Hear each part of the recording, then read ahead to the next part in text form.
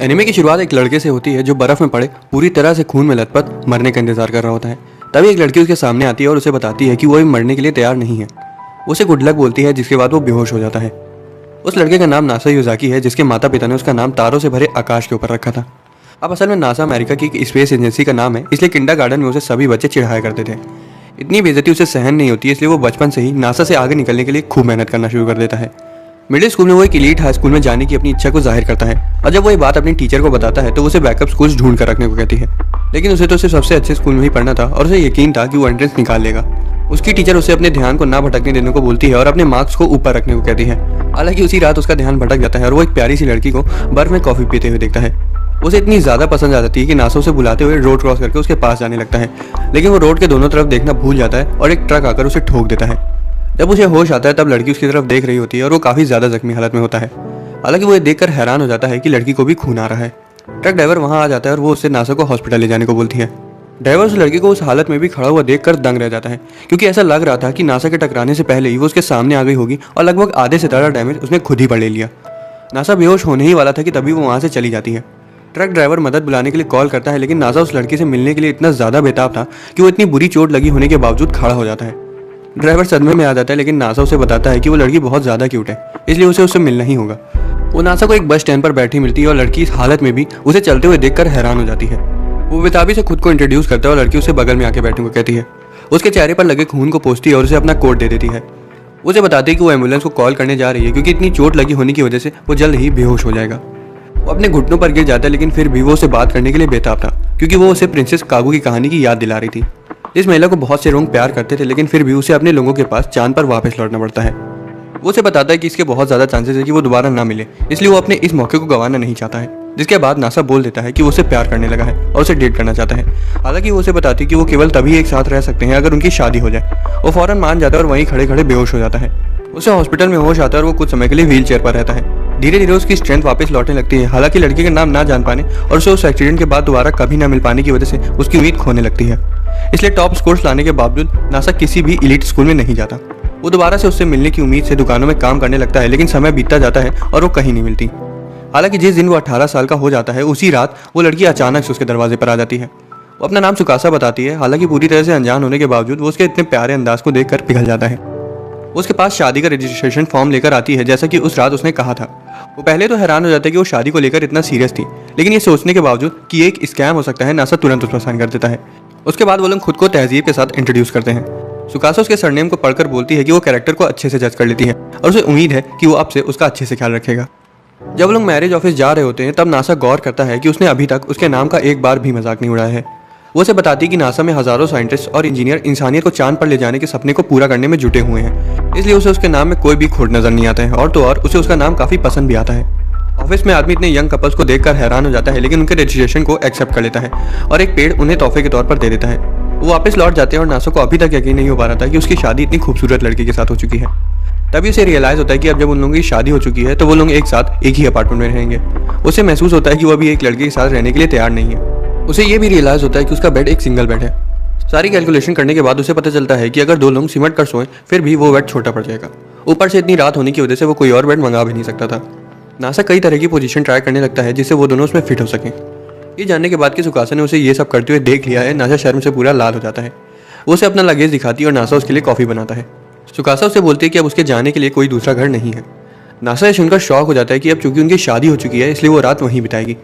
हालांकि बेड काफी छोटा होता है, इसलिए वो रात होटल में बिताने का प्लान बना रही थी। वो दुखी हो जाता है, लेकिन वो उसे बताती है कि वो उसकी वाइफ है, इसलिए वो सुबह फिर वापस आ जाएगी।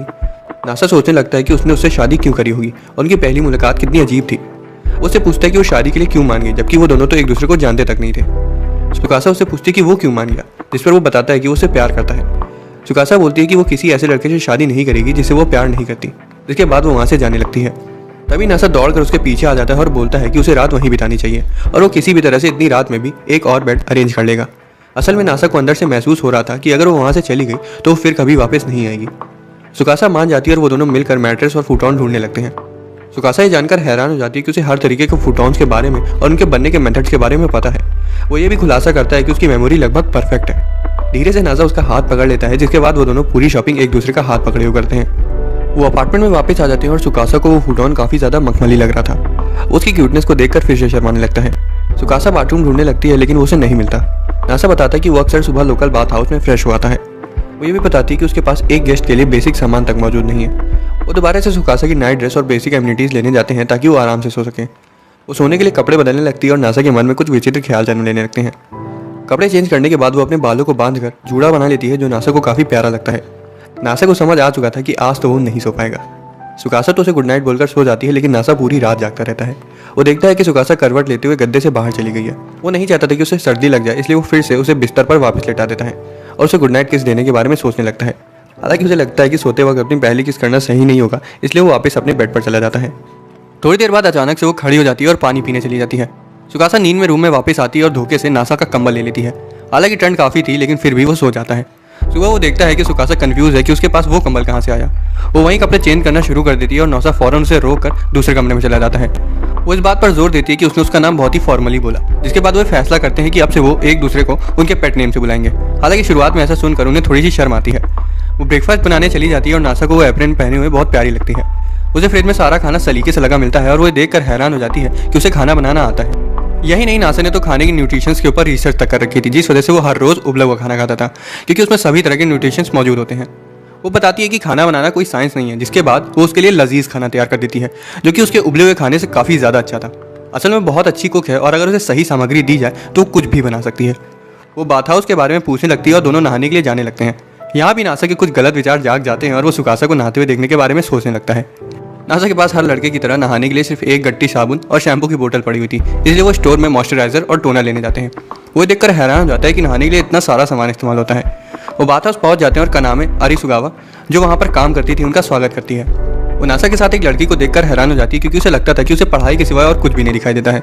नासा उसके बारे में सुकासा को बताता है कि वो मिडिल स्कूल में पढ़ती है और वो बाथ हाउस उसका परिवार चलाता है। कनामे गौर करती है कि वो एक दूसरे के काफ़ी नज़दीक हैं, जिस वजह से वो पूछती है कि क्या वो डेट कर रहे हैं, लेकिन ये जानकर हैरान हो जाती है कि उनकी शादी हो चुकी है। उनकी शादी के तोहफे पर वो उन्हें फ्री में नहाने देती है। हालांकि जैसे ही सुकासा नहाने जाती है वो नासा को वहीं रोक देती है और पैसों की जगह स्पष्टीकरण मांगती है। वो ये जानकर दंग रह जाती कि उसने इतनी सुंदर लड़की से पहली मुलाकात में ही शादी कर ली, क्योंकि उसे लगता था कि वो 30 साल तक कुंवारा रहेगा, जिसके बाद भगवान तरस खाकर उसको शक्तियाँ दे देंगे। वो उसे मुक्का मारती क्योंकि उसकी वाइफ उसे उम्र में काफ़ी छोटी लग रही थी। हंगामे की वजह से आसपास के लोग उनकी तरफ देखने लगते हैं। वो उसे पूछती है क्या उसने आया को उनकी शादी के बारे में बताया, जिस पर वो बताता है कि अभी उसने किसी को नहीं बताया है। वो पूछती है कि क्या उसने शादी को सेलिब्रेट किया। यही नहीं, वो ज़रूरी रीति रिवाजों को ना फॉलो करने की वजह से उसको क्रिटिसाइज भी करती है। मिडिल स्कूल में होने के बावजूद नासा उसकी मैच्योरिटी को देखकर हैरान हो जाता है और अपनी वाइफ के लिए अपने प्यार को जाहिर करते हुए उसके खातिर सबसे अच्छे इंतजाम करने को बोलता है। सुकासा उसकी बातों को सुन लेती है और बीच रोड में इस तरह ये सब बोलने के लिए थोड़ी शर्मा जाती है। नासा नहाते हुए सुकासा के बारे में सोच रहा होता है कि तभी कनामे वहाँ जाती है और उसकी मूंगफली को देखकर उसे चिढ़ाने लगती है।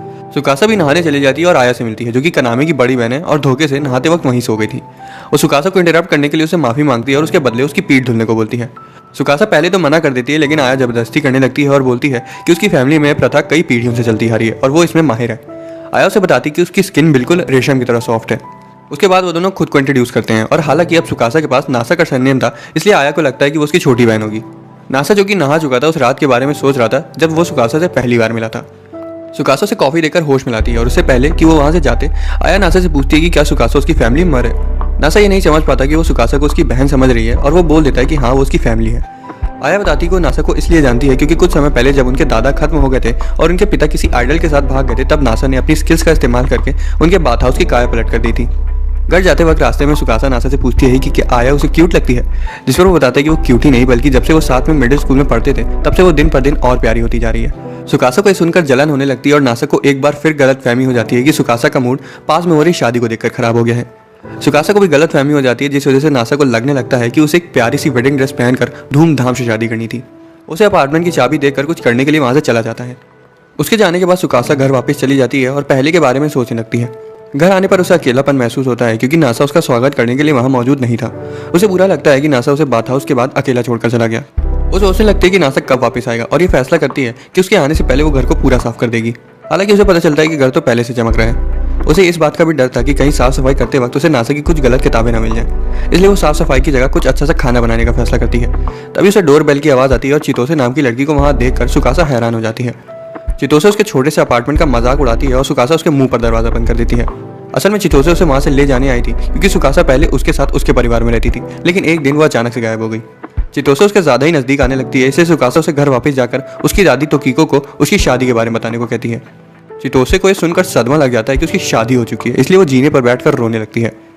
नासा उसे रोते हुए देखता है और उसे चुप कराने की कोशिश करता है। चितोसे उसे बताती है कि उसकी एक फैमिली मेंबर घर से भाग गई है और वापस लौटना नहीं चाहती है। नासा उसकी मदद करना चाहता था और चितोसे उसे बताती है कि वो एक तितली की तरह है। वो बात कर ही रहे होते हैं कि तभी सुकासा वहां आ जाती है और चितोसे को पता चलता है कि वो असल में उसका हस्बैंड है। ये सुनते ही चितोसे गुस्से से आग बबूला हो जाती है। नासा खुद को इंट्रोड्यूस करता है और अपनी बातें बनाने की कला का इस्तेमाल करके उसके गुस्से को शांत कर देता है, लेकिन फिर भी चितोसे को लगता है कि सुकासा को उसके साथ शादी नहीं करनी चाहिए थी, इसलिए वो अपने बॉडीगार्ड्स को बुलाकर उसे किडनैप कर लेती है। उसके बंगले में जाते हैं जहां वो नासा के खिलाफ अश्लीलता का झूठा इल्जाम लगाकर उसका और सुकासा का डाइवोर्स कराने के अपने प्लान का खुलासा करती है। वो अपनी नौकरानी अरोरा और चार्लेट को बुलाती है और उसकी गंदी हरकतें करते हुए फोटोज लेने को बोलती है। चार्लेट अपने कपड़े उठाना शुरू कर देती है कि तभी चितोसे उसे रोक देती है और बताती है कि उन्हें इतना कुछ नहीं करना है, उन्हें बस सिर्फ ये पक्का करना है कि सुकासा नासा से नफरत करने लगे। वो बात करते रह जाते हैं और नासा वहाँ से रफू चक्कर हो जाता है और बंगले में घूमने लगता है। उसे एक कमरे में ग्लास के बॉक्स के अंदर एक पत्थर मिलता है जिसे देखने से उसे चांद की याद आ जाती है। उसे लगने लगता है कि वो असल में चांद का टुकड़ा भी हो सकता है। नासा सोचने लगता है कि ऐसा पत्थर इनके पास कैसे आया होगा, क्योंकि ये तो बहुत कीमती होता है और इन्हें सिर्फ म्यूजियम में ही रखा जाता है। तभी चार्लेट एक तलवार लेकर वहां आ जाती है और ट्रेस पासिंग की वजह से उसे खत्म करने की कसम खा लेती है। वो धोखे से उस ग्लास पर वार कर देती है, लेकिन वो टूटता उससे पहले ही नासा उसकी मरम्मत कर देता है। चितोसे से धोखे से बता देती है कि वो पत्थर असल में सुकासा ने उन्हें तोहफे के तौर पर दिया था। उसे हैरानी होती है जब उसे पता चलता है कि नासा को अपनी वाइफ के पास्ट के बारे में कुछ भी नहीं पता है। उसे वो समय याद आता है जब वो छोटी थी और सुकासा ने उसकी जान बचाई थी। असल में वो गुस्सा इसलिए थी क्योंकि वो चाहती थी कि उसकी शादी सुकासा के साथ हो। नौकरानी अपने प्लान को अंजाम देती है और चार्लेट उसे सीने से लगा लेती है। बाद में अरोरा उसकी फोटो को एडिट करके ऐसा बना देती है जैसे लगे कि वो सुकासा को चीट कर रहा है। वो उस फोटो को देखकर दंग रह जाते क्योंकि वो फोटो एकदम असली लग रही थी। तभी सुकासा वहां आ जाती है और फोटो को देखकर आग बबूला हो जाती है। हालांकि उसे आसानी से समझ आ जाता है कि वो फोटो एडिटेड है, लेकिन चितोसे फिर भी उसे नासा को डिवोर्स देने को बोलने लगती है। तभी सुकासा नासा को प्राइवेट में बात करने के लिए बुलाती है, लेकिन असल में वो वहां से बाहर निकलने में उसकी मदद कर रही थी। वो उस फोटो के लिए उससे माफी मांगता है, लेकिन सुकासा असल में गुस्सा नहीं थी, क्योंकि अगर वो फोटो असली होती तो वो अभी जिंदा ना होता। भाई अगर ऐसी वाइफ ना मिले तो मैं शादी नहीं कर रहा। वो दीवार में छिपा हुआ एक दरवाजा खोलती है जिसे वो लोग चितोसे और नौकरानियों से बचकर वहां से भाग जाते हैं। नासा पूरी तरह से कंफ्यूज हो चुका था क्योंकि वो उसके अतीत के बारे में कुछ भी नहीं जानता था। हालांकि उसे लगता है कि अब उसका पास्ट मैटर नहीं करता और जब तक वो लोग एक दूसरे के साथ हैं सब सही हो जाएगा। वो टनल एक पुराने चर्च में जाकर खुलता है। वहाँ सुकासा बताती है कि वो बंगला और चर्च रेस्टोरेशन पीरियड में बनाए गए थे। वो उसे चर्च दिखाकर काफी खुश हो जाती है और तभी नासा ऑल्टर पर चढ़कर उसे फॉर्मली प्रपोज कर देता है, जिसके बाद वो किस करते हैं। वो घर वापस आ जाते हैं और सुकासा को स्पेस जोसोडो नाम की मूवी देखने का बहुत मन हो रहा था, लेकिन जब उसे पता चलता है कि नासा के पास टीवी ही नहीं है तो वो दंग रह जाती है। उसे ये रियलाइज होता है कि उसे टीवीज और मूवीज के बारे में कुछ भी नहीं पता है। वो पूछती है कि वो अपनी जिंदगी में अब तक कर क्या रहा था, क्योंकि उसे तो मूवीज बहुत ज्यादा पसंद है, इसलिए वो चाहती है कि वो भी मूवीज देखना शुरू कर दे ताकि वो दोनों एक दूसरे के साथ क्वालिटी टाइम स्पेंड कर सकें। वो लोग सुपरमार्केट में टीवी खरीदने जाते हैं जहाँ नासा इतनी सारी टीवीज को देखकर कंफ्यूज हो जाता है। सुकासा उसे एक सस्ती टीवी खरीदने को कहती है क्योंकि जब तक उनके पास एक टीवी है उसे उसकी क्वालिटी से कोई फर्क नहीं पड़ता। बाद में बाथ हाउस में कनामी ये जानकर शॉक हो जाती है कि नासा ने सुकासा को प्रपोज किया था। हालांकि वो ये जरूरी कदम उठाने के लिए उसकी तारीफ भी करती है। वो उससे पूछती है कि क्या उनके पास वेडिंग रिंग्स हैं और तब गुस्सा आ जाती है जब नासा उसे बताता है कि उन्होंने उसके बारे में सोचा ही नहीं। वो नासा पर इसलिए भी चिल्लाती है क्योंकि वो ना तो अभी तक सुकासा को ट्रिप पर ले गया, ना तो उसने उसको किसी बढ़िया से रेस्टोरेंट में खाना खिलाया और ना ही उसने अभी तक उसे कोई प्यारा सा तोहफा दिया। जब तक सुकासा बात ले रही होती है तब तक नासा उनके लिए वेडिंग रिंग्स और उनके प्राइस के बारे में सोचने लगता है। घर जाते वक्त रास्ते में वो सुकासा को बताता है कि आज उसे काम पर जाना है। वो एक पार्क में बेंच पर जाकर बैठते हैं और शांति से सामने वाली झील को देखते रहते हैं। तभी नासा को लगता है कि सुकासा शायद उसके काम पर जाने की वजह से थोड़ा सा परेशान है, इसलिए वो उसे किस कर देता है। नौकरानी उन पर चुपके से नजर रख रही होती है और उन्हें ऐसे पब्लिक में किस करते हुए देखकर शर्मा जाती हैं। दूसरी तरफ पार्क में अकेले होने के बावजूद सुकाशा भी शर्माने लगती है।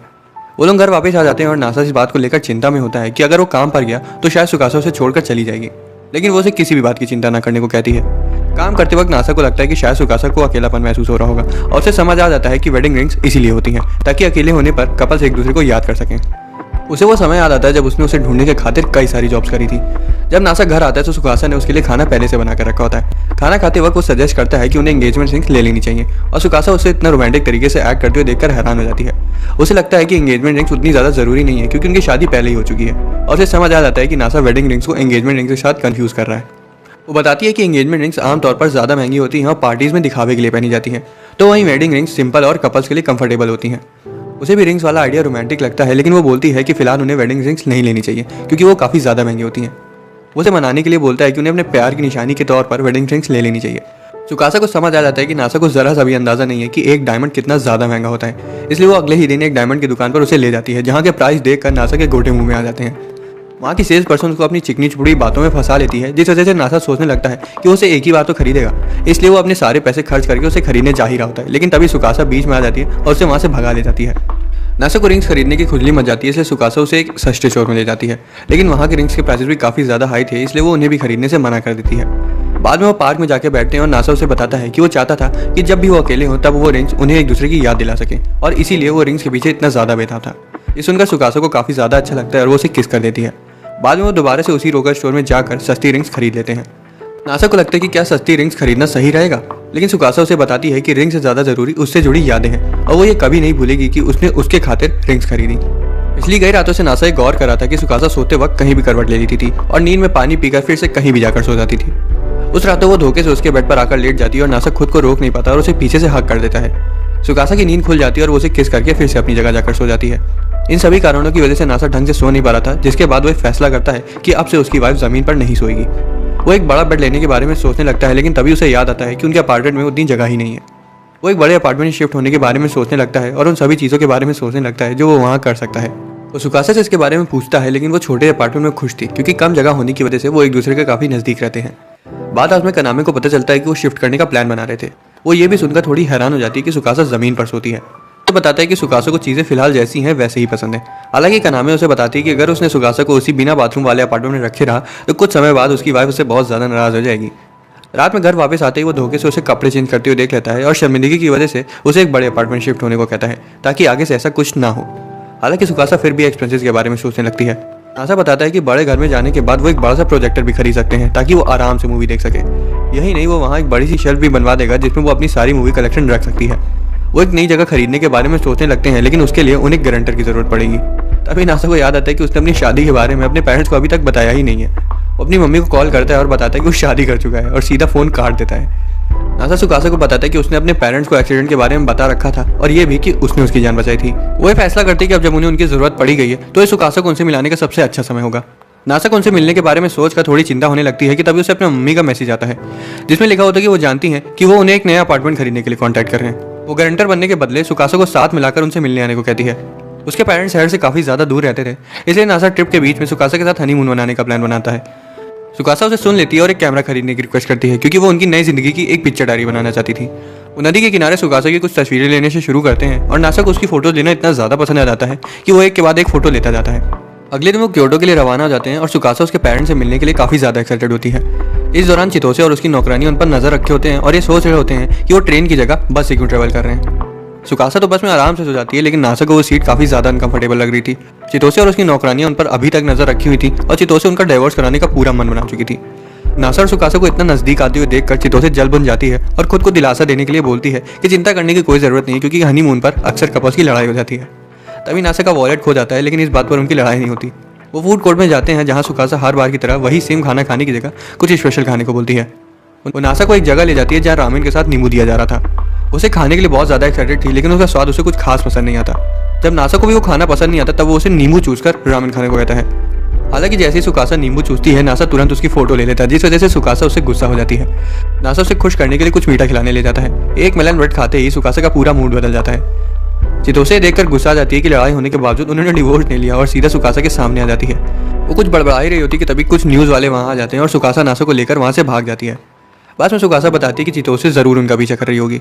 अब हालांकि चितोसे के पास स्पीड कार थी, इसलिए उसकी नौकरानियां डाइनर में रुककर खाना खाने लगती हैं। वो क्योटो पहुंच जाते हैं और नासा सुकासा के साथ उस शहर को घूमने के लिए बहुत ज़्यादा एक्साइटेड होता है। लेकिन सुकासा को तो वहाँ की बेकरी जाने की जल्दी मची हुई थी। उसे मनाने के लिए नासा उसे रैप गाकर समझाता है कि क्योटो में घूमने के लिए कितने सारे मंदिर और श्राइन्स हैं। हालांकि सुकासा को पुरानी जगह घूमने में कोई दिलचस्पी नहीं थी, लेकिन फिर भी वो नासा की खुशी के लिए मान जाती है। जब सुकासा घूमने के लिए ट्रेडिशनल किमोनो पहन लेती है, तभी चितोसे वहाँ आ जाती है। नासा मामला सॉर्ट आउट करने के लिए नौकरानियों से सुकासा को आसपास घुमाने को बोलता है और चितोसे के साथ वहीं रुक जाता है। चितोसे बोलती है कि वो उसकी फेक गर्लफ्रेंड बनकर उसके साथ घूमेगी ताकि वो ये देख सके कि वो सुकासा के लायक भी है या नहीं। दूसरी तरफ रेस्टोरेंट में चार्लेट सुकासा से नासा के बारे में सवाल जवाब करती है और सुकासा बताती है कि नासा सच में बहुत प्यारा है और वो लोगों को काफ़ी अच्छी तरह से ट्रीट करता है।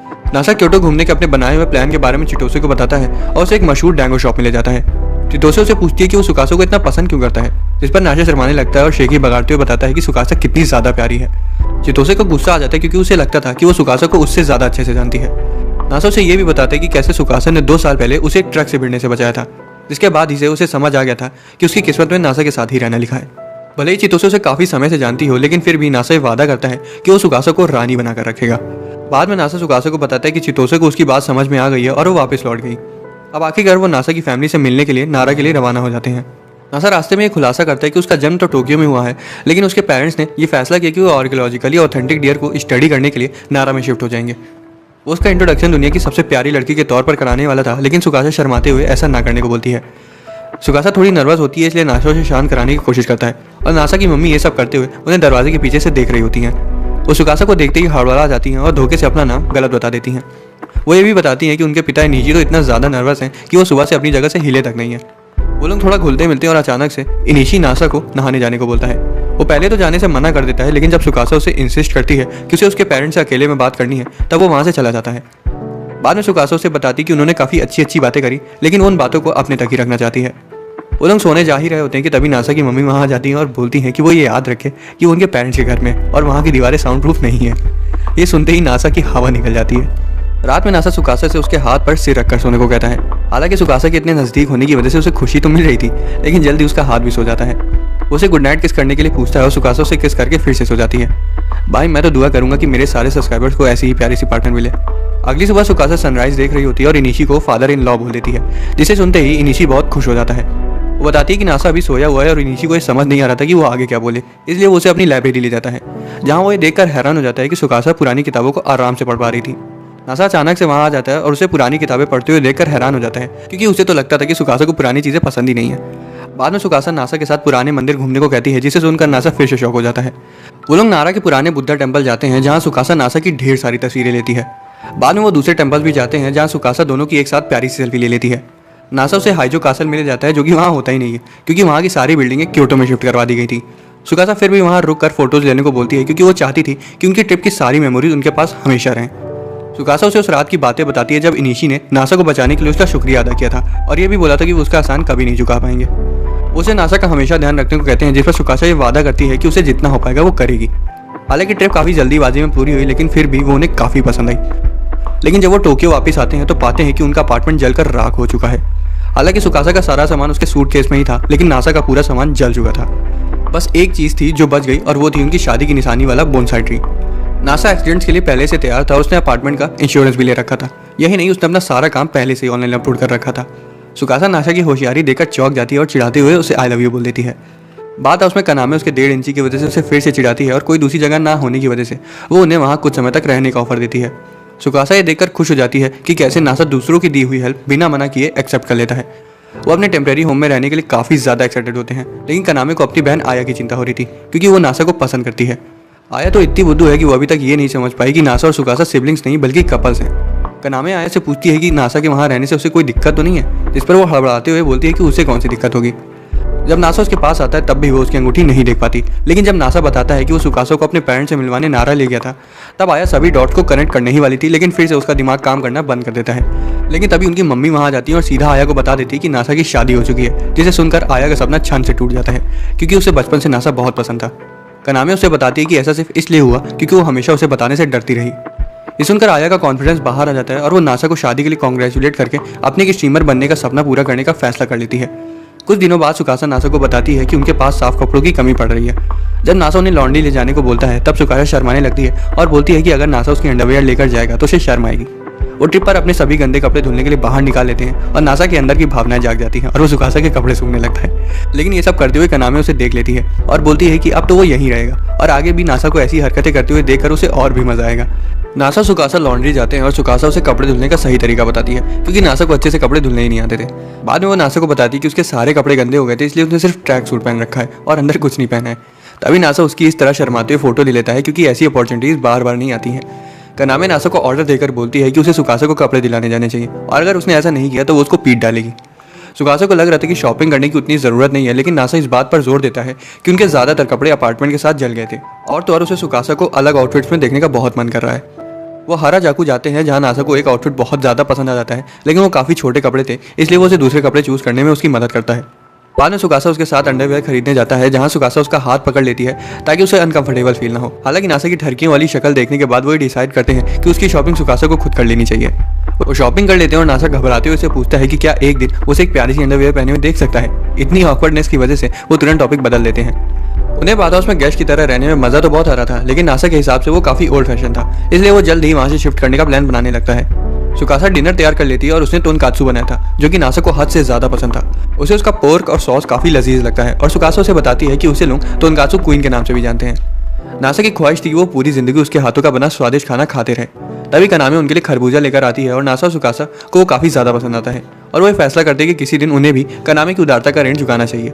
नासा उसे खिलाने के लिए फोर्क आगे बढ़ाता है, लेकिन सुकासा शर्माने लगती है, जिस पर नासा बोलता है कि उसे तो आगे उसके साथ और भी कई शर्मनाक चीजें करनी है। अगले दिन नासा का पुराना लैंडलॉर्ड उसे कॉल करता है और पूछता है कि क्या वो उनके नए अपार्टमेंट को देखना चाहेगा।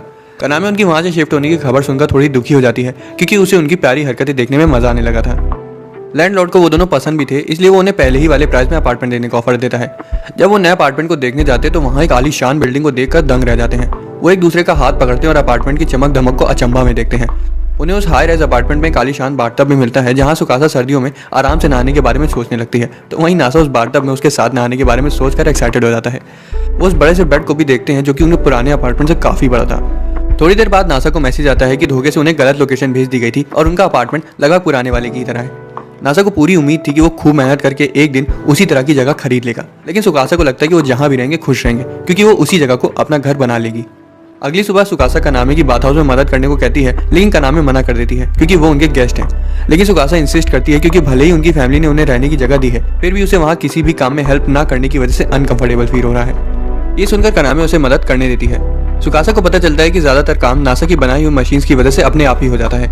वो सुकासा को मुश्किल जगहों की साफ सफाई करने को कहती है। कुछ ही देर में सुकासा बिना एक भी दाग छोड़े पूरे बाथ हाउस को चमका देती है। जब वो लोग गर्म पानी के लिए भट्टी जला लेते हैं, तब कनामी सुकासा को नासा की जान बचाने के लिए शुक्रिया बोलती है, क्योंकि वो नासा की बहुत रिस्पेक्ट करती है और उसने उनके परिवार के लिए काफी मदद भी करी है। सुकासा को भी बहुत खुशी होती है कि जिसकी जान उसने बचाई उसी से उसको प्यार हो गया। थोड़ी देर बाद कनामी स्कूल चली जाती है। सुकासा नासा से उसके पसंदीदा खाने के बारे में पूछती है। वो उबला हुआ खाना नहीं जिससे उसको पूरे न्यूट्रिशन मिलते हैं, बल्कि और कुछ जो उसे काफ़ी अच्छा लगता हो। जिसके बाद नासा उसे बताता है कि सबसे अच्छा उसे करी चावल लगता है। सुकासा सुपरमार्केट जाकर करी बनाने की सारी सामग्री लेने का फैसला करती है और नासा भी उसके साथ आ जाता है।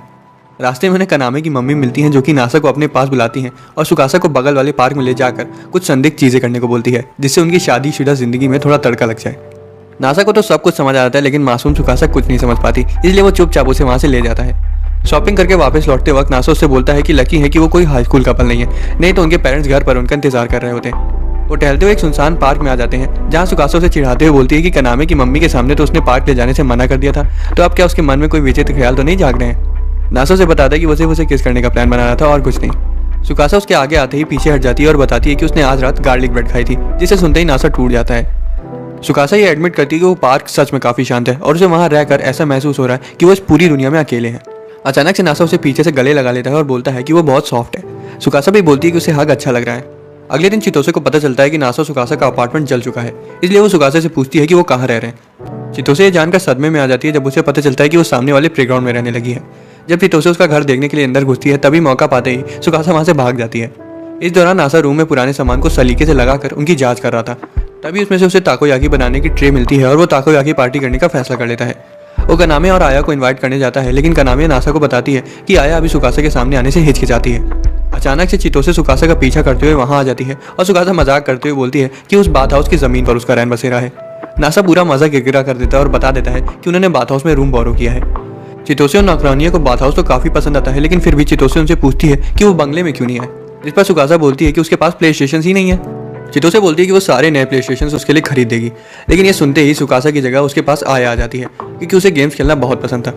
सुकासा ये फैसला करती कि अब जब सब लोग वहाँ आ ही गए हैं तो उन्हें ताकोयाकी पार्टी भी कर लेनी चाहिए। आया सुकासा की कुकिंग एबिलिटी को चैलेंज करती है, ये देखने के लिए कि वो नासा के लायक है भी या नहीं। हालांकि सुकासा के हाथों का बना खाना खाते ही सभी लोग अपनी उंगलियां चाटते रह जाते हैं। यहाँ तक कि आया को भी समझ आ जाता है कि वो इस जन्म में तो सुकासा को कुकिंग में कभी नहीं हरा पाएगी, इसलिए वो उसे स्ट्रीट फाइटर गेम में चुनौती देती है। नासा भी ये खुलासा करता है कि वो भी माइन स्वीपर और सॉलिटेयर जैसे गेम्स खेलता था, लेकिन सुकासा उसे आसानी से हरा देती है। हालांकि कनामी उसको टक्कर दे पा रही थी, लेकिन सुकासा उसको भी हरा देती है। ये देखकर नौकरानियां ये फैसला करती हैं कि वो एक गेमिंग टूर्नामेंट ऑर्गेनाइज कराएंगी और जो उसमें जीतेगा वो नासा से कुछ भी करवा सकता है। चितोसे, आया और सुकासा टूर्नामेंट में भाग लेती हैं। चितोसे चाहती थी कि नासा बिना कपड़ों के हाथों के बल खड़ा हो जाए, लेकिन उसका ये सपना आया चूर चूर कर देती है। चितोसे दोबारा से उसे स्ट्रीट फाइटर में चैलेंज करती है, लेकिन वहाँ भी आया उसे गंदी तरह से हरा देती है। सुकासा भी फॉर्म में आ जाती है और उसके साथ खेलती है, लेकिन आया उसे भी हरा देती है। सुकासा उससे बोलती है कि इस गेम में उसका हाथ अभी जमा नहीं हुआ है, इसलिए वो आया को स्ट्रीट फाइटर के सबसे पहले वर्जन में चैलेंज करती है। चूंकि आया को कंट्रोलर तक इस्तेमाल नहीं करना आता था, इसलिए मैच शुरू होते ही वो हार जाती है। धीरे धीरे आया का हाथ भी उस कंट्रोलर में सट जाता है और आखिर में वो मैच टाई हो जाता है। पार्टी जारी रहती है और वो ताकोयाकी के मजे लेते हैं। सुकासा और नासा को साथ में इतने प्यार से कुकिंग करते हुए देखकर चितोसे उनको एक कपल के तौर पर एक्सेप्ट कर लेती है। पार्टी के बाद नासा सुकासा से पूछता है कि अगर वो टूर्नामेंट जीत जाती तो उसे क्या मांगती, जिस पर सुकासा उसके होठों पर किस कर देती है। अगली सुबह नासा उसके लिए एक नया फोन ले आता है और सुकासा उसे देखकर बहुत ज्यादा खुश हो जाती है। उसे टच फोन उतना अच्छे से चलाना नहीं आता था, इसलिए नासा उसके फोन को सेटअप कर देता है और वो अपने वॉलपेपर के लिए उसकी फोटो ले लेती है। बाद में सुकासा कानामी को बताती कि वो भी अब लाइन पर है। दोस्तों, लाइन जापान में व्हाट्सएप की तरह ही एक ऐप है। वो बोलती है कि इंसानों ने एक दूसरे को सिग्नल देने में कितनी तरक्की कर ली है। वो एक दूसरे को ऐड कर देते हैं और कानामी की प्रोफाइल पिक्चर में एक सेक्सी सी मूली लगी हुई थी। नासा की प्रोफाइल पिक्चर में कोई मैथमेटिशियन लगा हुआ था और आयाकी में कोई पॉप स्टार। बाद में नासा को उसके पुराने ऑफिस से कॉल आता है, जहां उसका एक कोवर्कर उसकी मदद मांग रहा था। कानामी सुकासा को इस बात को लेकर चिढ़ाने लगती है कि अब तो नासा पूरे दिन बाहर रहेगा तो अकेले समय कैसे काटेगी। दिन में ज्यादा कस्टमर नहीं आते हैं, इसलिए सुकासा फोन में स्टिकर्स को देख रही होती है और तभी आया वहां आ जाती है। वो उसे नासा को खुश करने के लिए उसे स्टिकर्स भेजने को कहती है, लेकिन वो ये सोच कर नहीं भेजती है कि नासा को डिस्टर्ब हो सकता है। उस रात सुकासा नासा का इंतजार कर रही होती है और सोचती है कि नासा उसे याद कर रहा होगा। थोड़ी देर में उसे नासा का टेक्स्ट आता है जिसमें लिखा हुआ था कि उसे उसकी बहुत याद आ रही है, लेकिन वो सुबह तक ही वापस लौट पाएगा। सुकासा सोने के लिए बिस्तर लगाती है और साथ में नासा का बिस्तर भी बिछा लेती है ताकि वो खुद को दिलासा दे सके कि नासा वहीं उसके पास है।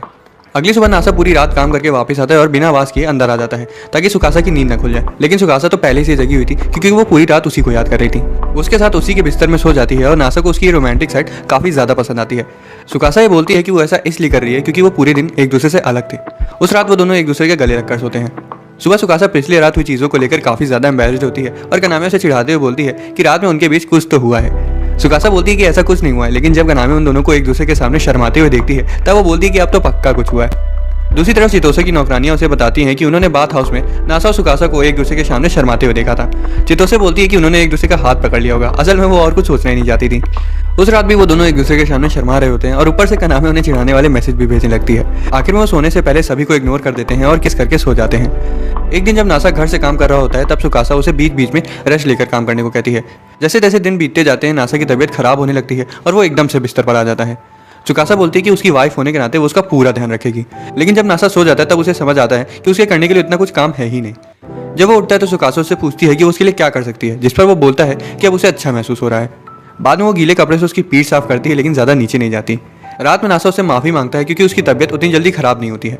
सुकासा बोलती है कि उसे पहली मुलाकात में ही पता चल गया था कि वो खुद का जरा सा भी ध्यान नहीं रखता है। सोते वक्त नासा उसकी बातों के बारे में सोच ही रहा होता है कि तभी पीछे से सुकासा उसे हक कर लेती है और बोलती है कि उसे उसकी हेल्थ की बहुत चिंता हो रही थी। इसके बाद नासा ये वादा करता है कि वो आगे से खुद का अच्छे से ध्यान रखेगा ताकि वो समर फेस्टिवल में जा सके। किस करने के बाद सुकासा नासा से रुकने के लिए बोलती है क्योंकि वो अभी भी थोड़ा सा बीमार है।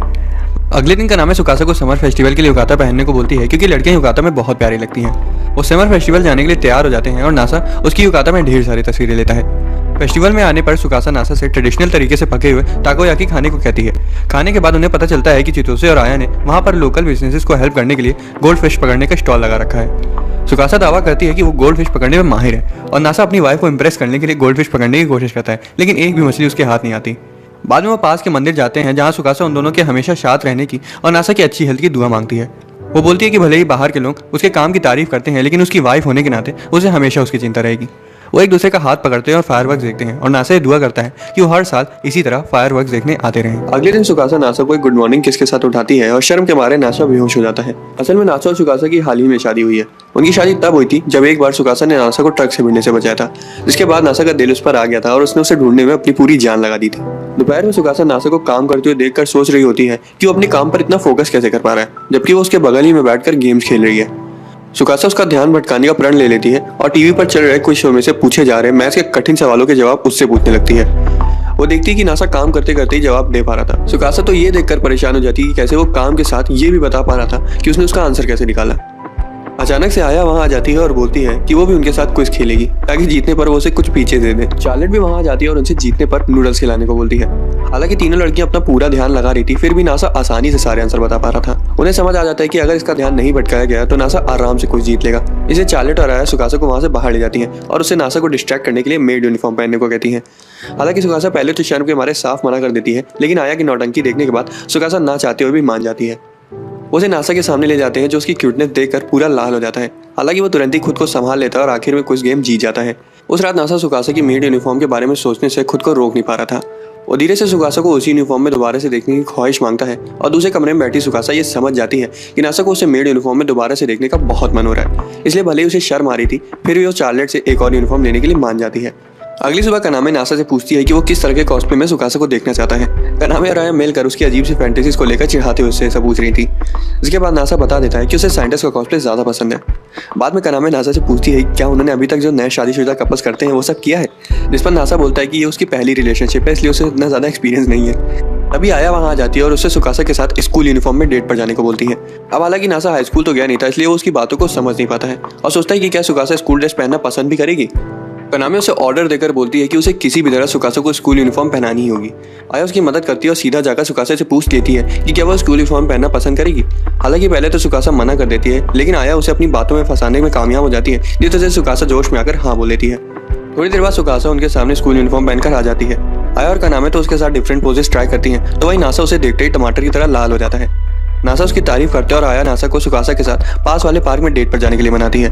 उस रात नासा काम कर रहा होता है, लेकिन उसका मन काम में बिल्कुल भी नहीं लग पा रहा था, क्योंकि स्कूल यूनिफॉर्म पहनी सुकासा उसके मन में बस गई थी।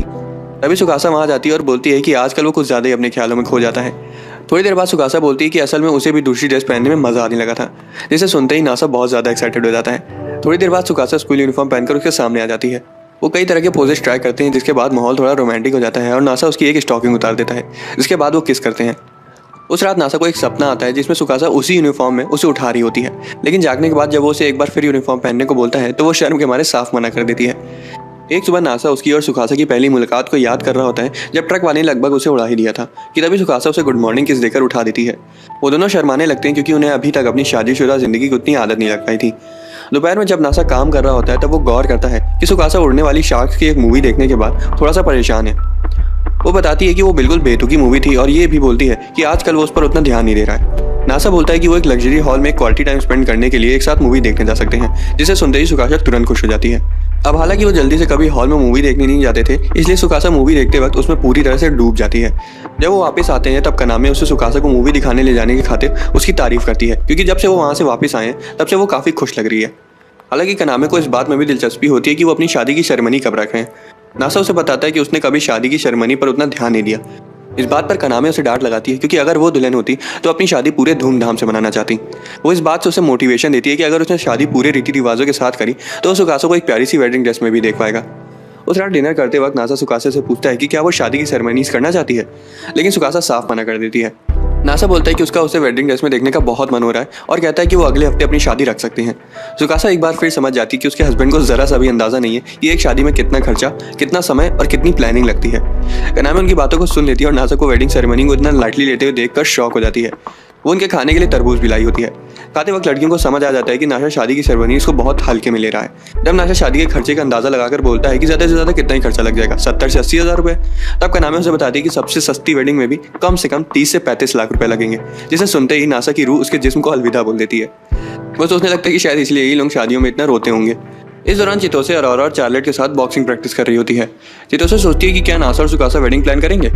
वर्कआउट के बाद चितोसे बोलती है कि अगर सुकासा ने वेडिंग सेरेमनी प्लान करी तो उसे तो अच्छा नहीं लगेगा, लेकिन वो चाहती है कि उनकी दादी तोकीको सुकासा को देखने के लिए उस वेडिंग को जरूर अटेंड करें। बात हाउस में नासा अभी तक वेडिंग के एक्सपेंसेस को लेकर सदमे में था और ऊपर से उसे ये भी पता चलता है कि उन्होंने तो सिर्फ ऊपर की लागत बताई थी। वहीं लिविंग रूम में बैठी आया गेम खेल रही होती है, जो उसे एंगेजमेंट गिफ्ट्स के बारे में बताती है, जो कि वेडिंग्स में लगे एक्स्ट्रा कॉस्ट को बैलेंस कर देते हैं। नासा तो ये जानकर सदमे में आ जाते हैं कि वेडिंग लगभग साल भर पहले प्लान करी जाती है, क्योंकि अपने पसंदीदा वेन्यू में शादी करने के लिए कपल्स को काफ़ी समय तक वेटिंग लिस्ट में रहना पड़ता है। तभी सुकासा भी वहाँ आ जाती है और बताती है कि अगर उनके रिश्तेदार और दोस्त दूर रहते हैं तो उन्हें उनके रुकने की प्लानिंग भी करनी होगी। यही नहीं, शादी में खाने पीने की व्यवस्था रखना भी कोई आसान काम नहीं है, जिस वजह से वो बोलती है कि इतनी मेहनत करना उसके हिसाब से तो वर्थ इट नहीं है। आया उन्हें हार मानते हुए देखकर गुस्सा हो जाती है और बोलती है कि वो अपनी तरफ से उनकी पूरी मदद करेगी। वो उनसे एक वेडिंग मैगजीन खरीदने को कहती है ताकि वो शादी प्लान करने के लिए उसे कुछ मदद ले सके। उन्हें पास के डिपार्टमेंटल स्टोर में मैगजीन लेने भेज देती है, जहाँ नासा मैगजीन के खाली साइज को देखकर शॉक हो जाता है। वो शाम को उसे पार्क में ले जाकर साथ में पढ़ते हैं।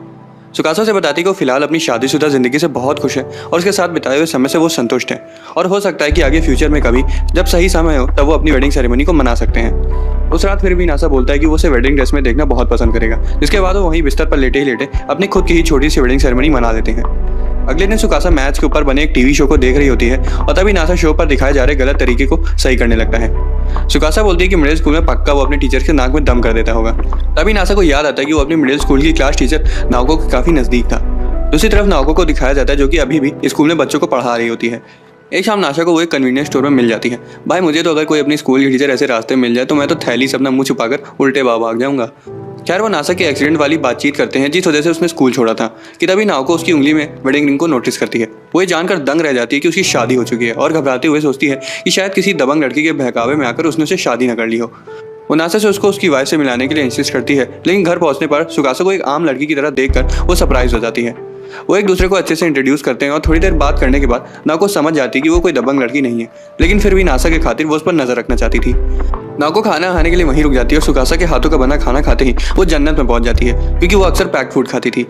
नाओको गौर करती है कि खाना खाते वक्त वो दोनों एक दूसरे का काफी नजदीक हैं, इसलिए वो नासा की फ्यूचर की चिंता करना कम कर देती है। वो नासा से पूछती है कि क्या वो आगे कॉलेज अटेंड करेगा।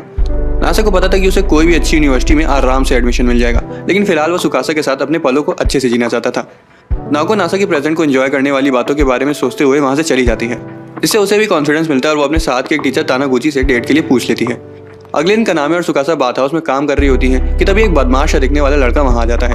वो बोलता है कि वो नासा को ढूंढ रहा है। कनामे तो थोड़ा डर जाती है, लेकिन सुकासा बेखौफ होकर कहती है कि अगर उसे बाथ हाउस इस्तेमाल नहीं करना है तो वो वहां से जा सकता है। लड़के का सामना करती हुई सुकासा उसे बेवकूफ तक बोल देती है और वहां से जाने के लिए आखिरी चेतावनी तक दे देती है, जिस वजह से लड़का अंदर जाने के लिए गुस्से में एक टिकट खरीद लेता है।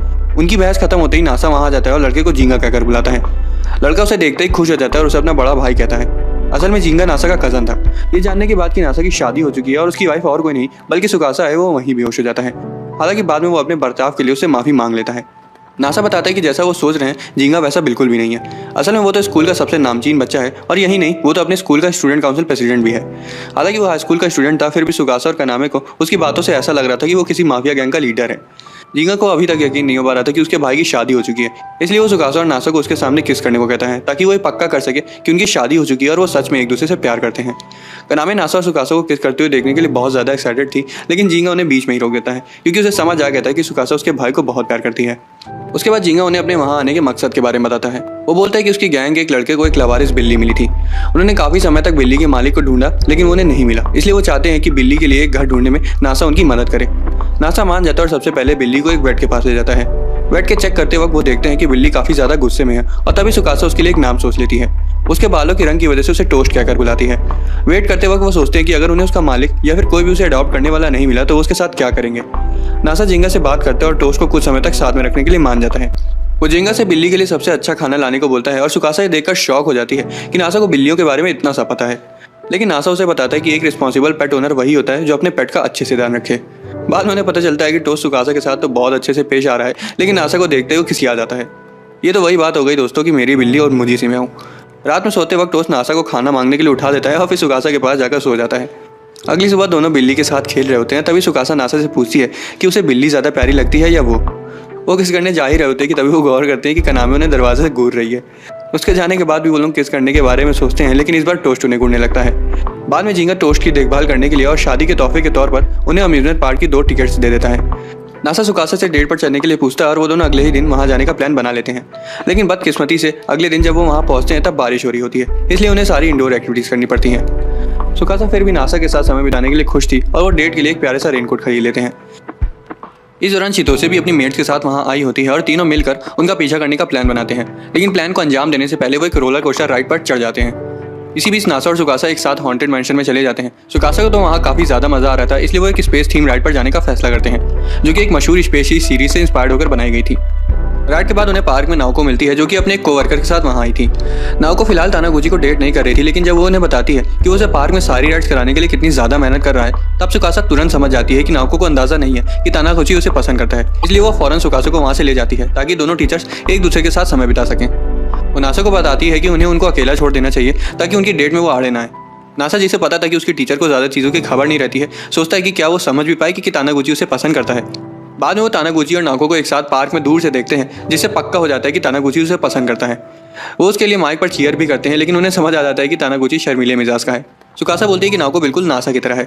वो दोनों बोट राइड करने के लिए चले जाते हैं, जहाँ नाओको ही उसका हाथ थाम लेती है, ये सोच कर कि शायद अब चीजें संभल जाएंगी। नासा और सुकासा खुशी खुशी वहां से चले जाते हैं। इस दौरान चितोसे और उसकी मेट्स पार्क में मजे कर रही होती हैं और वो नासा और सुकासा के बारे में भूल चुकी होती हैं। बाद में तानागुची नाओको के सामने अपनी फीलिंग्स कन्फेस करने वाला होता है, लेकिन हर बार आसपास के कपल्स की बातों की वजह से वो डिस्ट्रैक्ट हो जाता है। वो पार्क में हो रहे एक वेडिंग के बगल से गुजरते हैं, जिसे देखकर तानागुची के अंदर फिर से जोश की लहर दौड़ जाती है। इसलिए वो नाओको को साथ में लंच करने के लिए पूछता है। इस दौरान नासा और सुकासा भी लंच करने जा रहे होते हैं कि तभी चितोसे उन्हें देख लेती है और उसे याद आता है कि उसे उनका पीछा भी तो करना था। उनके पास जाने के लिए वो कुत्ते बिल्ली का मास्क लगा लेती हैं और नासा और सुकासा को साथ में एक रोमांटिक लंच करते हुए देखती हैं। शाम हो जाती है और हालांकि तानागुची नाओको को ये नहीं बता पाया था कि वो उसे पसंद करता है, लेकिन फिर भी नाओको से पार्क में साथ में घूमने के लिए थैंक्स बोलती है, जिसके बाद वो फायरवर्क्स देखने जाते हैं। तानागुची आखिरकार पूरा जोश इकट्ठा कर लेता है और कन्फेस करना शुरू कर देता है, लेकिन तभी अचानक से नाओको भी उसे शादी करने के लिए पूछ लेती है। इस बीच नासा और सुकासा भी एक दूसरे का हाथ पकड़कर फायरवर्क्स देख रहे होते हैं। एक दिन जब नासा घर से काम कर रहा होता है, तभी कनामे वहाँ उनकी मदद मांगने आती है। असल में वो नासा से वैक्यूम क्लीनर ठीक करवाने आई थी, क्योंकि नासा को पहले से ही बाथ हाउस की मशीनों को ठीक करने का एक्सपीरियंस था। नासा उसके अंजर पंजर अलग करके उनको क्लीनर के पार्ट्स के बारे में समझाते हुए उसे ठीक कर देता है। तभी आया भी वहाँ आ जाती है और रोते हुए बोलती है कि वो बहुत बड़ी मुसीबत में पड़ गई है। वो मैगजीन पढ़ने के चक्कर में काफ़ी दिन स्कूल नहीं गई थी, इसलिए उसे चिंता हो रही थी कि कहीं वो हाई स्कूल में फेल ना हो जाए। वो नासा से उसकी मदद की भीख मांगती है, लेकिन नासा तो अपनी गर्लफ्रेंड से शादी करने के लिए हाई स्कूल ड्रॉप कर चुका था। फिर भी आया कि नौटंकी देखने के बाद वो मान जाता है और उसके टेस्ट स्कोर पर नजर मारता है, जो कि उसकी बेइज्जती करने के लिए काफ़ी थे। नासा उसके लिए कुछ वर्कशीट तैयार करने के बारे में सोचता है, ताकि उसे एग्जाम्स में पूछे जाने वाले सवालों का आइडिया मिल सके। नासा को खुद पर पूरा भरोसा था कि वो उसके लिए एक बढ़िया वर्कशीट तैयार कर सकता है, क्योंकि उसे पता था कि उसके टीचर्स क्या क्या पूछ सकते हैं। नासा आया को मैथ्स की हिस्ट्री के बारे में पढ़ाना शुरू कर देता है और सुकासा दूसरे कमरे से उन्हें देख रही होती है। उसी दिन बाद में सुकासा को पता चलता है कि नासा अपने दोस्त के एक नए बिजनेस के लिए प्रोजेक्ट तैयार कर रहा है। नासा को इतना काम करते हुए देखकर उसे उसकी चिंता होने लगती है, इसलिए वो उसे थोड़ा रेस्ट करने को बोलती है। जब वो नासा के कंधों को पकड़ती है तो पाती है कि वो अकड़ चुके हैं, इसलिए वो उसे लेटने को बोलती है ताकि वो उसे मसाज दे सके। वो लेट जाता है और सुकासा के मसाज देते वक्त वो सोचता है कि कभी उसे भी उसकी मसाज करनी चाहिए। सुकासा मसाज खत्म करने के बाद उसके हाथ पर किस कर देती है और नासा बोलता है कि अब उसे भी मसाज करना आ गया है। सुकासा पहले तो इस सुनकर शर्माने लगती है कि नासा भी उसे मसाज देना चाहता है, लेकिन फिर भी वो मान जाती है। जब नासा उसके कंधे दबाना शुरू करता है, तब सुकासा थोड़ा हिचकिचाने लगती है, क्योंकि उसे दूसरों की छूने की आदत नहीं थी। लेकिन थोड़ी देर में वो दोनों कंफर्टेबल हो जाते हैं। शाम को जब नासा नहाने जा रहा होता है, तब कनामे उसे रोक कर पूछती है कि वो सुकासा को कितनी बार किस करता है। असल में वो इसलिए पूछ रही थी क्योंकि आजकल वो रोमांटिक टीवी सीरीज काफी ज्यादा देखने लगी थी, इसलिए वो ये जानना चाहती थी कि उसकी और सुकासा की लव लाइफ कैसी चल रही है। उसके बाद कनामे उसे टीवी में दिखाई गई तरह तरह की रोमांटिक किसेस के बारे में बताती है। यही नहीं, वो तो उसे अपनी लिखी हुई किसेस की लिस्ट तक दे देती है। उस रात नासा और सुकासा टहलने जाते हैं और नासा काफी अच्छे मूड में होता है। सुकासा उसे इस तरह से बर्ताव करते हुए देखकर थोड़ा शर्माने लगती है कि तभी अचानक से नासा सुकासा से उसके बाल छूने के लिए पूछता है और उस वक्त के लिए वो हाँ बोल देती है। अब हालांकि वो पार्क में आ ही गए थे, इसलिए नासा उसे वहाँ थोड़ी देर और रुकने को कहता है, लेकिन सुकासा नासा की इस तरह पब्लिक में उसे छेड़ने की वजह से थोड़ा एम्बैरेस्ड हो जाती है। रुकने के लिए मान जाती है और वो धोखे से नाको और तानागुची को पार्क में किस करते हुए देख लेते हैं। वो फौरन झाड़ियों में छिप जाते हैं और तुरंत घर चले जाते हैं। अंगूर खाते वक्त सुकासा उसे बताती है कि कनामे ने उसे भी वो किसिंग लोकेशन वाली लिस्ट दी थी। उसकी बातों से प्रभावित होकर नासा तुरंत सुकासा की गर्दन पर किस कर देता है, जिसके बाद वो एक दूसरे को अलग अलग जगह किस करने लगते हैं और आखिर में नासा सुकासा के पेट पर किस कर देता है। अगली सुबह रात भर पढ़ने की वजह से सो रही थी, तो वहीं कनामे उन्हें बताती है कि वो रात में पार्क में उनकी जासूसी कर रही थी, लेकिन वो जल्दी बोर हो गई क्योंकि उसकी लिस्ट देने के बाद भी उन्होंने कुछ किया ही नहीं। एक दिन कनामे और आया की मम्मी उनसे मिलने आती हैं। कनामे बोलती कि वो तो हमेशा घूमती रहती हैं, तो आज उन्हें उनकी याद कैसे आ गई, जिस पर उसकी मम्मी रोने का नाटक करते हुए बोलती हैं कि उसके हस्बैंड भाग गए हैं, इसलिए वो अपना मन बहलाने के लिए घूमती हैं। उसकी मम्मी उन्हें लॉटरी में जीते हुए हॉट स्प्रिंग रिजॉर्ट के 2 टिकट्स देती हैं, लेकिन कनामे वो टिकट्स नासा को दे देती है क्योंकि वो बाथ हाउस संभालने में बिजी रहेगी और आया पढ़ाई में, और वो ये नहीं चाहती कि वो टिकट्स बर्बाद हो जाए। वो नासा से बोलती है कि वो उसके और सुकासे के लिए एक अच्छा हनीमून भी हो सकता है। नासा सुकासे को उन टिकट्स के बारे में बताता है और बोलता है कि उसे उसके साथ ऐसे प्राइवेट ट्रिप पर जाने में थोड़ी शर्म आ रही है। सुकासा भी हनीमून का नाम सुनते ही थोड़ा शर्माने लगती है, लेकिन वो बोलती है कि अब तो उनकी शादी हो चुकी है, इसलिए देखा जाए तो वो जा सकते हैं। अगली सुबह दोनों बाथ हाउस से रिजॉर्ट के लिए रवाना हो जाते हैं, लेकिन सुकासे को चिंता होने लगती है कि हो सकता है कि हर बात की तरह चितोसे कहीं उनका पीछा ना करे। हालांकि खुशकिस्मती से चितोसे ने उनको कुछ समय के लिए अकेला छोड़ देने का फैसला किया था। ट्रेन में सुकासा धोखे से बता देती है कि उसे हॉट स्प्रिंग जाने में थोड़ी घबराहट हो रही है। जब वो वहाँ पहुँच जाते तो वेन्यू की बनावट को देखकर दंग रह जाते हैं। यही नहीं, वहाँ तो एक बड़ा सा प्राइवेट वैन बार भी मौजूद था। दोनों पहले सेपरेट बार इस्तेमाल करने के बाद मिलने का फैसला करते हैं। नासा आराम से नहा रहा होता है, लेकिन तभी वो सुकासा के बारे में सोचने लगता है और ट्रिप को उसके लिए यादगार बनाने का फैसला कर लेता है। इसलिए वो वहाँ की सबसे अच्छी जगहों और खाने के बारे में रिसर्च करना शुरू कर देता है। खैर, नासा अच्छी जगहों का पता लगाने के लिए वहाँ से बाहर चला जाता है कि तभी कॉरिडोर में उसे एक बूढ़ी महिला दिखाई देती है, जो नासा से उसे उसके रूम तक छोड़ने के लिए कहती है। इस बीच बाथ हाउस में आया कनामे से बोलती है कि उसने रिजॉर्ट के टिकट्स क्यों दे दिए, क्योंकि उसे रिलैक्स करने का बहुत मन था। इस पर कनामे बताती है कि उनके परिवार के पास तो पूरा एक बाथ हाउस है, तो वो कभी भी आराम से नहा सकती है। हालांकि आदत से मजबूर आया बाथ हाउस को साफ करने लगती है और उसे समझ आ जाता है कि उसकी बेवकूफ़ी का फायदा उठाकर कनामे ने उसे आराम के नाम पर काम करवा लिया। बाद में कनामे चितोसे को भी वहाँ बुला लेती है और वो उसे भी चिढ़ाने लगती है। इस बीच हॉट स्प्रिंग में सुकासा को उस बात में ज़्यादा देर तक बैठने में दिक्कत हो रही थी, इसलिए वो नासा को देखने चली जाती है। दूसरी तरफ नासा अभी भी उस बूढ़ी महिला का कमरा ढूंढने में उनकी मदद कर रहा था। उसके पेशेंस की तारीफ करती हैं और तभी उनका ध्यान उसकी अंगूठी पर जाता है और वो नासा से उसकी शादी के बारे में पूछती हैं। बूढ़ी महिला उसे अपनी शादी को संजो कर रखने को कहती है और ये भी कि ये बात उसे समय के साथ समझ आ जाएगी। तभी सुकासा वहाँ आ जाती है और उस बूढ़ी महिला को देख कर खिसिया जाती है, क्योंकि वो और कोई नहीं बल्कि चितोसे की दादी तोकिको थी। सुकासा की ये शिकायत थी कि तोकिको पहले से जानती थी कि नासा उसका पति है और वो सिर्फ उसका टेस्ट ले रही थी। हालांकि तोकिको बताती कि वो तो सिर्फ मजे कर रही थी और एक बार नासा से खुद मिलना चाहती थी। बाद में कमरे में वो एक दूसरे को फॉर्मली इंट्रोड्यूस करते हैं और तोकिको बोलती है कि वो नासा से काफ़ी समय से मिलना चाहती थी, क्योंकि उसे देखना था कि ऐसा कौन है जो उसकी सुकासा को संभाल पा रहा है। तोकिको इस वजह से भी उससे मिलना चाहती थी क्योंकि उनके घर में वो उस पत्थर को एक नज़र में देखते ही समझ गया था कि वो चांद का टुकड़ा है। तोकिको बोलती है कि हो सकता है कि वो ऐसा कुछ कर सके जो पिछले सैकड़ों सालों में कोई नहीं कर पाया। हालांकि वो इसके बारे में उसे विस्तार से कुछ नहीं बताती और उसकी जगह बात पलट कर वो उसे 2 टिकट्स दे देती है ताकि वो हॉट स्प्रिंग को और अच्छे से एंजॉय कर पाए। सुकासा अपने संयम को खो देती है और तोकिको को वहाँ से जाने को कहती है। तोकिको सुकासा को थोड़ा चिढ़ाने के बाद वहाँ से जाते हुए नासा से सुकासा का अच्छे से ध्यान रखने को कहती है। बाद में नासा और सुकासा हॉट स्प्रिंग टाउन में घूमने का फैसला करते हैं। नासा सुकासा से उसके साथ हॉट स्प्रिंग बात लेने के लिए पूछना चाहता था, लेकिन वो ये भी नहीं चाहता था कि सुकासा उसका कुछ गलत मतलब निकाल ले और मना कर दे। सुकासा उसके साथ एक प्यारा सा युकाटा पहनकर कस्बे में घूमने चली जाती है। वो लोग हिस्टोरिकल साइट्स में घूमते हैं और सुकासा उसको वहाँ बह रहे हॉट स्प्रिंग के पानी के अलग अलग काम के बारे में बताती है। तभी वो गिफ्ट शॉप पर पहुंचते हैं जहाँ नासा आया और कनामे के लिए कुछ खरीदने के बारे में सोचता है। नासा अचानक से सुकासा की खाना खाते हुए फोटो खींच लेता है, जिसके बाद वो घूमते घूमते हर जगह उसकी तस्वीर लेता रहता है। नासा उसे तोकिको के बारे में पूछता है, जिस पर वो बताती है कि वो तोकिको को तब से जानती है जब से वो बच्ची थी और पता नहीं क्यों वो हर वक्त उससे चिपकी रहती थी। नासा बोलता है कि उसे तो तोकिको काफ़ी स्वीट लगी। बातें करते करते वो एक रेस्टोरेंट से यागातोरी स्टिक्स ले लेते हैं और नदी के तल तक पहुंच जाते हैं, जहाँ से हॉट स्प्रिंग का पानी होकर गुजरता है। सुकासा को तो घूमने में काफ़ी मजा आ रहा था, तो वहीं नासा इस सोच में पड़ा हुआ था कि वो उससे साथ में प्राइवेट हॉट स्प्रिंग बात के लिए कैसे पूछे। सुकासा देखते ही कि नासा थोड़ा घबराया हुआ है, इसलिए वो साथ में हॉट स्प्रिंग वापस लौट जाते हैं। नासा अपना कॉन्फिडेंस बढ़ाने के लिए रोमांटिक मांगा पढ़ना शुरू कर देता है, लेकिन उससे कुछ फर्क नहीं पड़ता। उसके बाद वो दोनों वहाँ का लोकल क्यूजीन खाते हैं और सुकासा कुछ समय के लिए कुकिंग से छुटकारा पाकर खुश हो जाती है। डिनर करने के थोड़ी देर बाद दोनों एक दूसरे को शर्माने लगते हैं, क्योंकि उस समय के आसपास अक्सर कपल साथ में हॉट स्प्रिंग बात लेते हैं और नासा सुकासा से इस बारे में पूछने से थोड़ा घबरा रहा था। हालांकि नासा मेरी ही तरह बिल्कुल नीच लड़का था, इसलिए आखिरकार वो उसे पूछ ही लेता है और हैरानी से सुकासा भी हाँ बोल देती है, इस शर्त पर कि नासा को उससे पहले जाना होगा। उस रात दोनों उस प्राइवेट बात में अच्छे से एंजॉय करते हैं। हालांकि दोनों को इतनी ज़्यादा शर्म आ रही थी कि वो दोनों एक दूसरे की तरफ देख भी नहीं पा रहे थे। गर्म पानी में तो ये दोनों, लेकिन जलन मुझे हो रही है। नासा चुप्पी तोड़ने का फैसला करता है, लेकिन सुकासा उसे इतना अच्छे से बात करती है कि नासा तुरंत वहीं उसे आई लव यू बोल देता है। अब सुकासा तो अपनी फीलिंग्स के बारे में बात करने से पहले से थोड़ा शर्माती थी, इसलिए वो अपना समय लेती है, जिसके बाद वो उसे बता देती है कि वो भी उसे बहुत प्यार करती है। वो थोड़ी देर तक पानी में खेलते हैं, लेकिन जब निकलने की बारी आती है तब दोनों को पहले निकलने में शर्म आ रही थी, जिस वजह से वो काफ़ी देर तक वहीं बैठे रहते हैं। अगली सुबह नासा रात में हुई चीज़ों को लेकर अभी तक शर्मिंदा था, इसलिए वो ब्रेकफास्ट से पहले नहा लेता है। नासा को लगता है कि इस ट्रिप के बदौलत उसे सुकासा को और भी अच्छे से जानने का मौका मिला है। उसे ये भी समझ आ गया था कि भले ही सुकासा बाहर से कूल और काम लगती है, लेकिन वो अपनी फीलिंग्स को दिखाने में थोड़ा शर्माती है। वो घर जाने के लिए वहाँ से निकल जाते हैं, लेकिन रास्ते में उन्हें तोकिको मिल जाती है, जो उन दोनों की टांग खींचने लगती है। नासा को तो तोकिको से बात करना काफ़ी अच्छा लगता था, लेकिन सुकासा चाहती थी कि उस हनीमून पर सिर्फ वो और नासा हो। नासा उसका हाथ थाम लेता है और वो रिजॉर्ट से चले जाते हैं। ट्रेन में बैठे वो ट्रिप पर बिताए अपने अच्छे पलों को याद करते हैं और जल्द ही एक और ट्रिप पर जाने का फैसला करते हैं। जब वो लौटते हैं तब तक गर्मियाँ शुरू हो चुकी थी। वो ठंडी ठंडी आइसक्रीम भी खा रहे थे और पंखे की हवा भी ले रहे थे, लेकिन बाथ हाउस काफ़ी ज़्यादा गर्म था।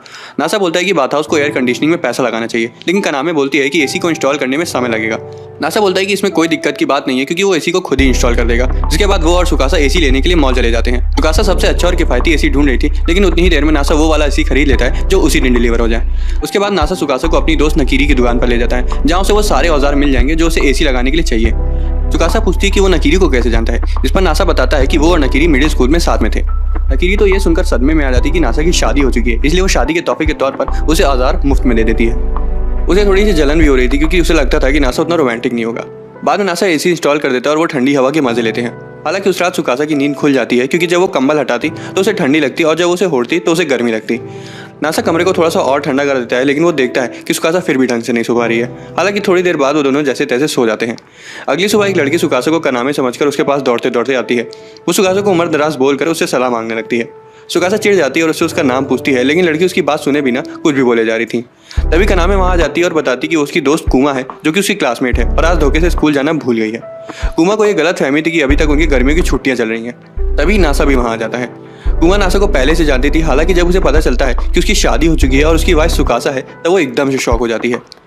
नासा नकीरी के टूल्स वापस लौटाने चला जाता है और कुमा सुकासा से शादीशुदा जिंदगी के बारे में पूछने लगती है। लेकिन जब सवाल थोड़े निजी होने लगते हैं तब सुकासा उसे कनामे को सौंप देती है।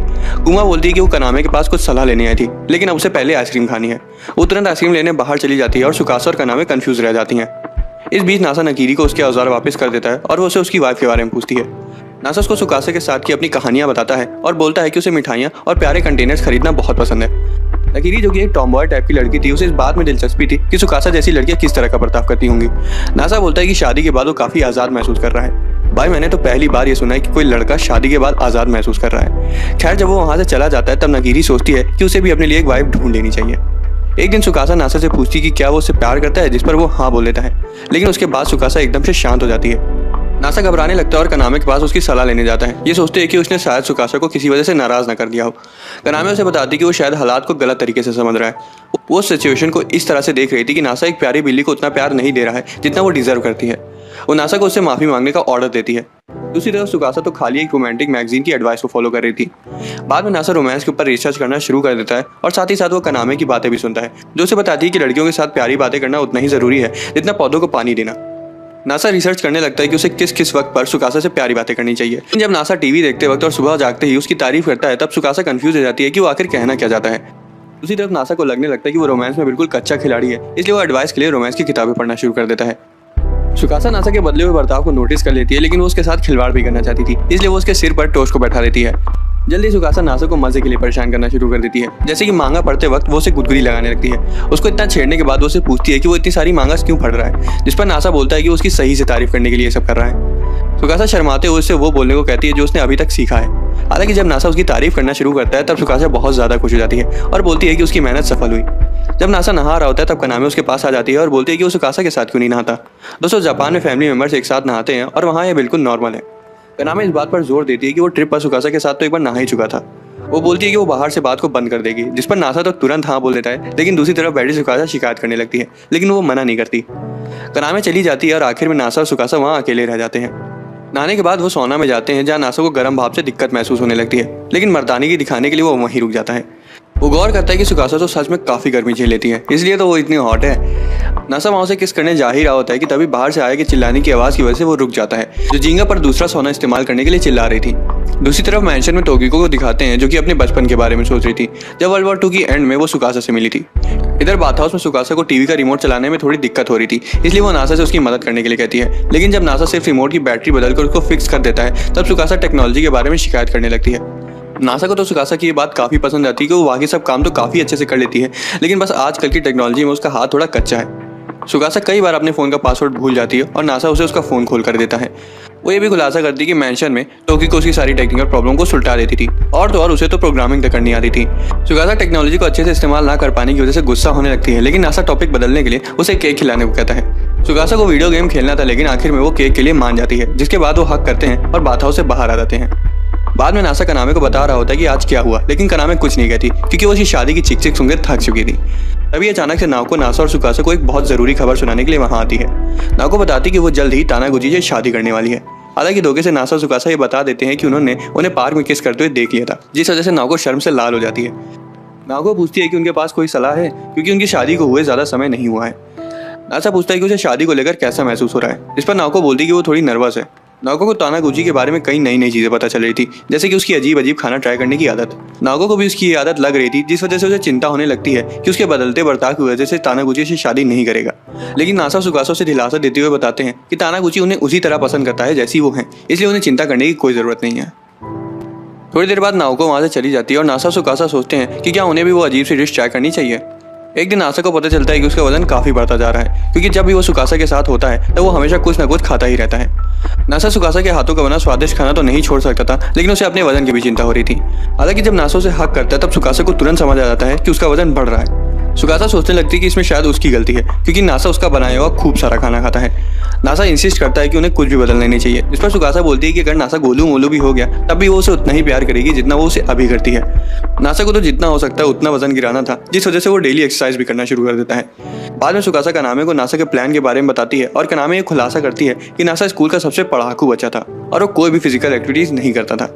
तभी नासा वहां आ जाता है और 10 किलोमीटर की दौड़ लगाना शुरू कर देता है, लेकिन कुछ ही सेंटीमीटर दौड़ते ही उसके गुर्दे मुंह में आ जाते हैं। सुकासा उसे मोटिवेट करने के लिए उसके साथ दौड़ती है और नासा को समझ आ जाता है कि जितना उसने सोचा था वो उससे कहीं ज्यादा कमजोर है।